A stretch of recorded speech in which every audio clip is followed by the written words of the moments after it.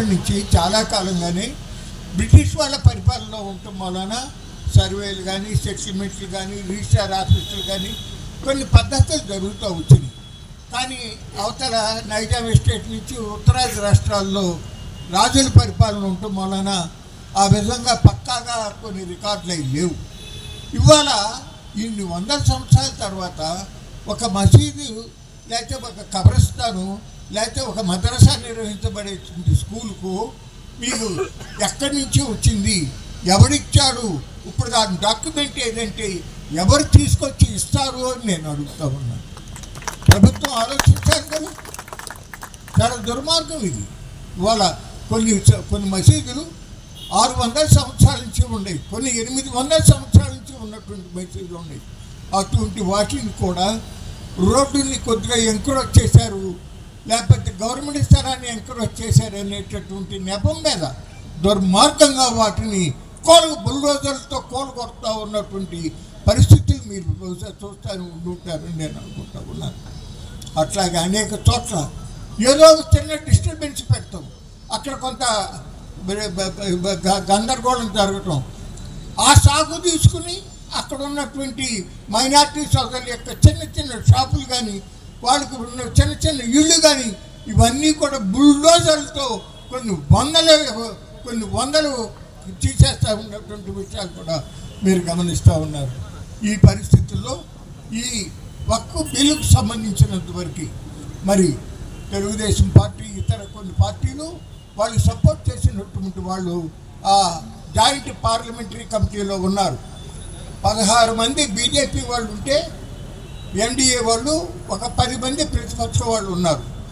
నేను మీకు మనవి చేస్తూ ఉన్నాను, ప్రతిపక్షంలో ఉన్నటువంటి వాళ్ళు సమాజ్వాదీ పార్టీ కానీ ఇతర పార్టీలు కానీ కాంగ్రెస్ కానీ అన్నీ కలిపి 44 అమెండ్మెంట్లు ఇస్తే ఒక్కటి కూడా ఒప్పుకోనిటువంటి దుర్మార్గంగా ఏకపక్షంగా జరిగిపోయిందని మీకు మనవి చేస్తూ ఉన్నాను.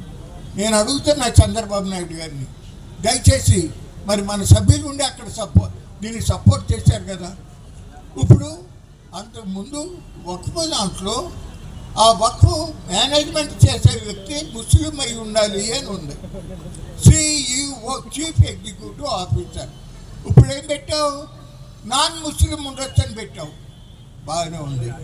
ఇప్పుడు తిరుపతి దేవస్థానానికి హిందువుని కాని మనిషిని ధర్మాధికారి యువగా వేస్తారా చంద్రబాబు నాయుడు గారు అని నేను అడుగుతా ఉన్నా. అట్లాగే హిందూ దేవాలయాలు ఉన్నాయి, హిందూ దేవాలయానికి సంబంధించిన చట్టాలు ఉన్నాయి. ఎక్కడన్నా గుళ్ళల్లో ఒక ముస్లింని కానీ ఒక క్రిస్టియన్ని కానీ ఒక బుద్ధుడిని కానీ ఒక జైనుడిని కానీ ఎక్కడన్నా ట్రస్ట్ బోర్డుల్లో వేశారా? వేయలేదే. మరి అటువంటిప్పుడు ఎందుకు ఈ వివక్ష? ఈ దేశ స్వాతంత్రం కోసం ముస్లింలు కూడా హిందువులతో పాటు బుద్ధ కలిపి ఆ రోజున ఇంకా ముందు పోరాటం చేసిన వాళ్ళు ముస్లింలు. ఈ దేశంలో మొట్టమొదట దేశ స్వాతంత్రం కోసం పోరాటం చేస్తా ఉరికమ్మ ఎక్కి విన్నవాడు షాబాదుల్లా ఖాన్ ముస్లిం యువకుడు అని మీకు మనం చేస్తా ఉన్నాం. ఢిల్లీ గేట్ల మీద వాళ్ళ పేర్లన్నీ కూడా రాసింది. ఆ రోజున ఆ బ్రిటిష్ వాళ్ళకి క్షమాపణలు చెప్పుకుని వాళ్ళ నుంచి కొన్ని ప్రయోజనాలు పొందుతూ ఉన్నటువంటి వాళ్ళు వాళ్ళ దేశభక్తులాగా మాట్లాడుతూ ఉన్నారు. ముస్లింలు ఎక్కడో బయట నుంచి వచ్చిన వాళ్ళు, బయట నుంచి వచ్చారు నిజమే.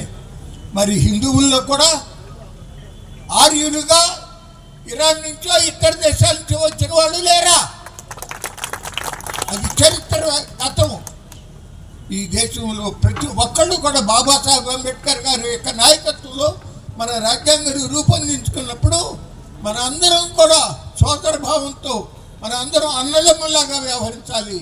ఈ దేశం యొక్క స్వాతంత్ర ఫలితాలు అందరికీ అందాలి అని చెప్పి పెట్టుకున్నామే. ఇవాళ ఎంత దుర్మార్గంగా ఆ రోజున బ్రిటిష్ వాళ్ళేమో వాళ్ళ అధికారం